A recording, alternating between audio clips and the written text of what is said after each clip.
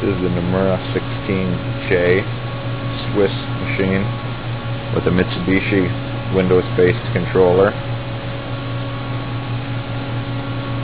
You'll notice how large the opening is to get inside the work area of the machine. The door opens all the way up and actually slides back, so you have full access inside there. Plenty of room to work. It's a solid cast constructed base. There's a parts conveyor and catcher pan over to the right.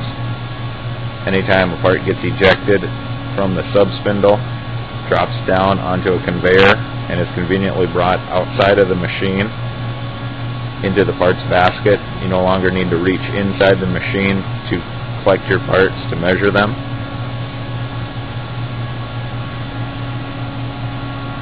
Control panel is very conveniently located right at eye level for the operator.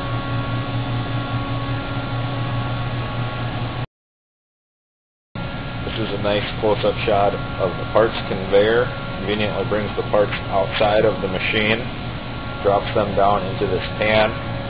It has complete draining system for the oil, so that any oil left on the parts will drain back into the machine. Very convenient, so that operators don't have to reach inside the machine, get covered in oil trying to recover their parts. This brings them out nicely for you. This is the Mitsubishi Windows-based control that's on the Nomura machine. You'll notice across the bottom there's some very user-friendly icons that will direct you to different pages on the control. Also in edit mode, when you're paging through the program, different lines will give you information as far as the tooling, which way it is going, what it is doing in the program, some information on the codes, different movements or positioning on each line. This helps the user understand what is going on in the machine better, helps them out if they need to make an offset on a certain tool. They can look at the tool and verify that that tool is going to those coordinates and correctly offset that tool.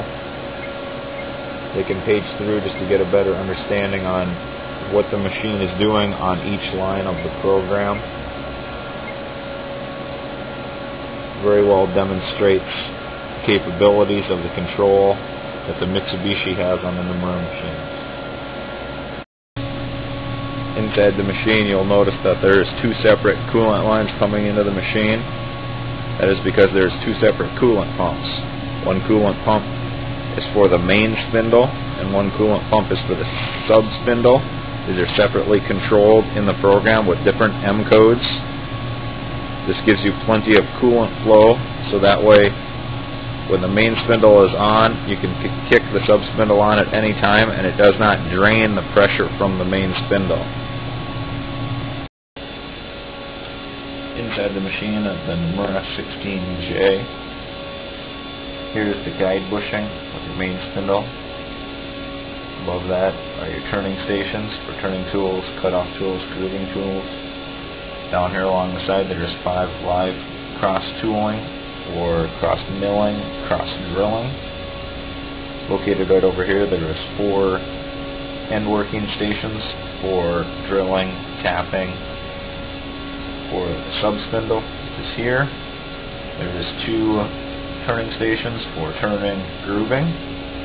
There's 3 live cross tool stations for cross milling, cross drilling. Above that there's 3 end working drill stations for drilling or tapping.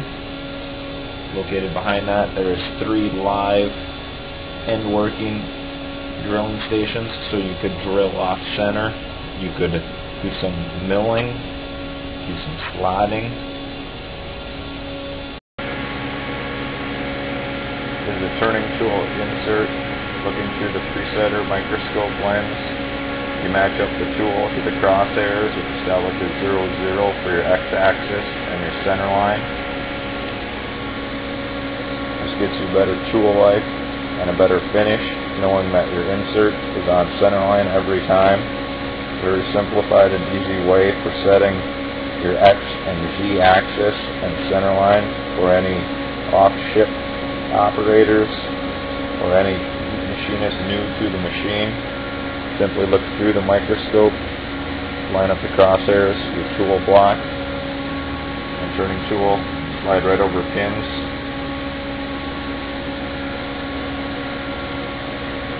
Goes directly from the presetter into the machine.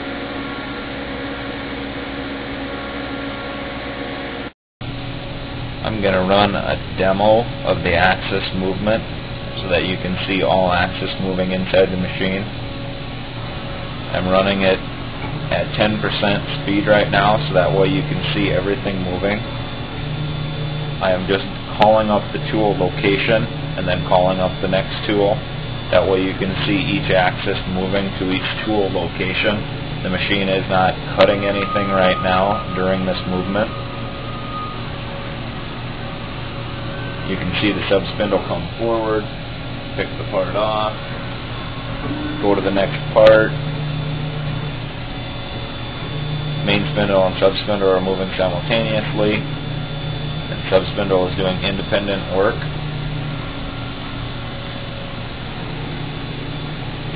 This next time I will go through and point out the different axes moving, and then I'll run it at 100%.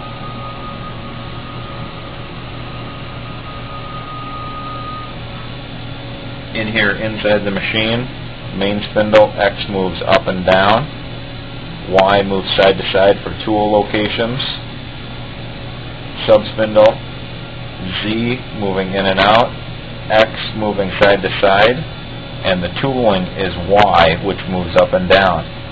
On the Nomura machines, the sub-spindle has a full X, Y, and Z axis, so you can utilize any milling operations, off-center drilling operations. Now the main spindle is going to move over to bring the end working tooling, while the sub-spindle is going over to the end working tooling. The sub-spindle now is going up to the turning tool and the grooving tool as the main is going to the turning tool. Now the main spindle is going over for the sub-spindle to come forward to do a pick-off.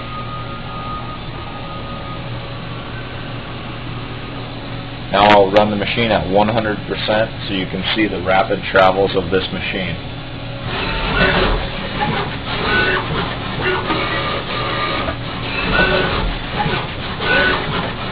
The video camera might be having a little trouble focusing due to how fast the machine can move. I'll slow it down now to about 20% so that way you can see the axis moving. Notice the sub-spindle Y-axis moving up and down. You'll notice sub-spindle moving over on X while the tooling is moving up and down on Y.